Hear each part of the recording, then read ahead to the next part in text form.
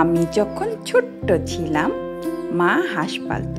হাঁসের ডিম বিক্রি করে তার শখের জিনিসপত্র কিনতো, আমাদের আবদারও পূরণ করত। এখন আর আমাদের বাড়িতে হাঁস নেই, কারণ আমার মায়ের বয়স হয়েছে তো, এই জন্য। আসসালামু আলাইকুম, সবাই কেমন আছো? আমার প্রাণপ্রিয় ভাই ও বোনেরা, সবার জন্য অনেক অনেক ভালোবাসা দিয়ে শুরু করলাম আজকের রেসিপি। আজকে আমি তোমাদের সঙ্গে শেয়ার করব হাঁসের গোস্ত। হাঁসের গোস্ত অনেকেই কিন্তু খেতে পারো না গন্ধর জন্য। যারা গন্ধের জন্য খেতে পারো না তাদের জন্য কিছু টিপস থাকবে। আশা করি আমার এই ভিডিও কন্টিনিউ করবা এবং পুরোটা দেখে একটা কমেন্ট রেখে যাবা। তাহলে চলো আমরা শুরু করে দেই কিভাবে আমি রান্না করছি। তো প্রথমে আমি একদম বড় পাত্রের মধ্যে পানি নিয়ে, পানিটা কিন্তু আমি বেশি গরম করি নাই, দেখে বুঝতে পারতেছ, একদম হালকা গরম করে তার মধ্যে লেবু দিয়ে এখন গোস্তগুলো সম্পূর্ণ দিয়ে দিচ্ছি।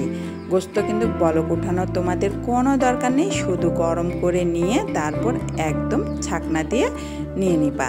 এভাবে রান্না করলে হবে কি, যারা কখনো এই গন্ধর জন্য হাঁসের গোস্ত খাও না তাদেরও এই গোস্ত খেতে একদম গরুর গোস্তর মতো লাগবে, যে একদম গন্ধ থাকবে না।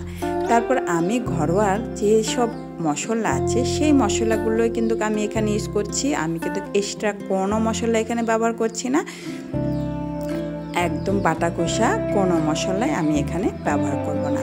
আসলে রান্নাতে বাটা কষা মশলা কিন্তু ব্যবহার করলে ভালো লাগে, কিন্তু এভাবে রান্না করে খেলেও তুমি অনেক মজা পাবে। তো মাশাআল্লাহ আমি একদম সম্পূর্ণ মশলা এখানে দিয়ে দিলাম। দিয়ে এখানে এখন একটু তেল দিয়ে দেব। আমি কিন্তু সরষের তেলটাই বেশি খাই, তোমরা যদি সয়াবিন তেল খাও সয়াবিন তেল দিতে পারো, আমি সবসময় সরষের তেলটাই খাই। তো আমার এই পাত্রতে মাখতে একটু প্রবলেম হচ্ছিল, তার জন্য আমি একদম বড় পাত্রের মধ্যে এই মাংসগুলো নিয়ে একদম ভালো করে মাখিয়ে নেব। যদি তোমাদের হাতে যদি সময় থাকে তাহলে এই গোস্তটা মাখিয়ে 1 ঘন্টার মতো রেস্টে রাখবে, আর যদি সময় না থাকে তাহলে তোমরা মাখিয়ে রান্না করতে পারো। আসলে একটা জিনিস খেয়াল রাখবে, যে কোনো জিনিস কিন্তু যে কোনো মাংস যদি মাখিয়ে রান্না করো সেই মাংসর স্বাদটা কিন্তু দ্বিগুণ হয়ে যায়।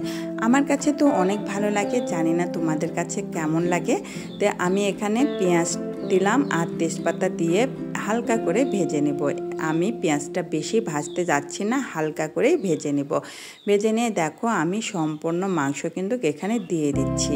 মাংসটা দিয়ে দেওয়ার পর তোমার যখন মাখিয়ে রাখবে না, তখন ওর গায়ে থেকে কিন্তু একটু পানি ছাড়বে। সেই পানিটা কিন্তু এখন দেখো ওই পানিটা বের হয়ে এখন ওই পানিটা কিন্তু মরে যাচ্ছে।